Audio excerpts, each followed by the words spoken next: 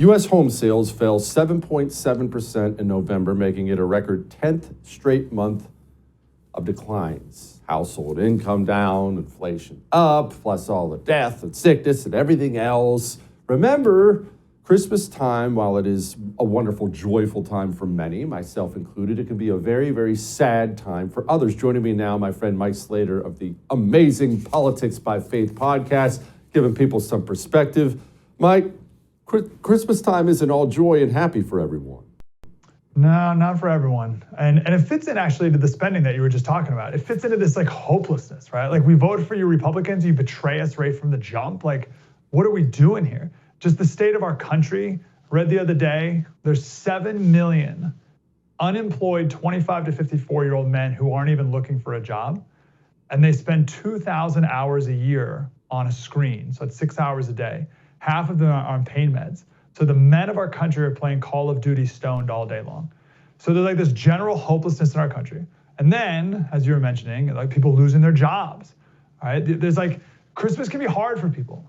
There's this expectation of happiness and fun and cookies and carols and smiles and all this. But if you're watching this right now, this may be a terrible Christmas for you. Maybe a loved one just passed away. An old friend of mine passed away just a couple days ago. His family, their Christmas is gonna suck. It's like the worst Christmas ever. So if that's you, I just want to acknowledge that this is going to be a hard year for you. My son was in the NICU for 2 weeks. They let him go. It was just a couple days before Thanksgiving. But there were a bunch of other kids in the NICU that did not go home for Thanksgiving. There's a bunch of kids in the NICU at your local children's hospital right now. It's tough. And I want to bring this up because if you want to commiserate with people who have experienced deep loss, it's all in the Bible. Job, Moses, Jonah, Elijah, and Paul all prayed to God to kill me. They weren't asking for relief so that they could enjoy the rest of their life. They were asking to die. So they were in quite a pit of despair, and they got out of it. And one of the ways they got out of it, and this is one of the things that they all had in common, and I think we need to get back to in our country, is they dealt with their soul. No one today ever talks about the soul. In California, they're debating a bill right now that would legalize psychedelic drugs. Right? And the idea is like, oh, there's people with anxiety and depression, so let's just have them trip out on magic mushrooms and we'll fix their brains. Like, geez, guys, that's what we need in our country right now, magic, psychedelic mushrooms. But it's all in the head, right? We all deal with the head. We never deal with the soul. A couple weeks ago, a friend of mine, his dad passed away. He was 64. He had 4 kids. And I went to their funeral, and they opened with this stunningly beautiful version of "It Is Well With My Soul." And it was just my goal in life now is to live in a way that when I die, my entire family and friends can gather in a place and sing with a full heart and with complete assurance that it is well with my soul.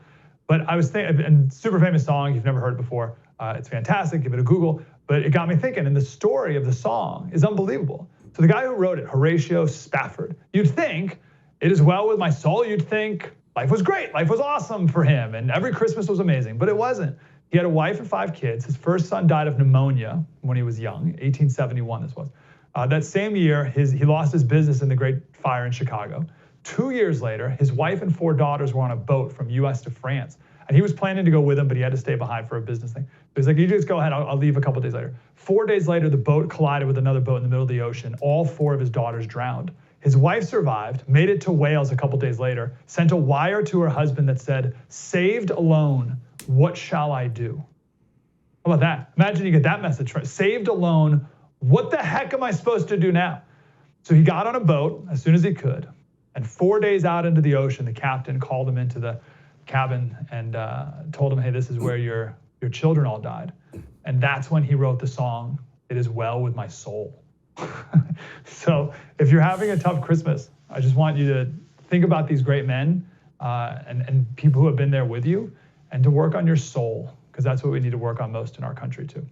Don't miss Jesse Kelly Breaks History, Che Guevara, the latest episode of a new series available now exclusively for First TV supporters. Visit the First TV app or thefirsttv.com to subscribe and start watching today.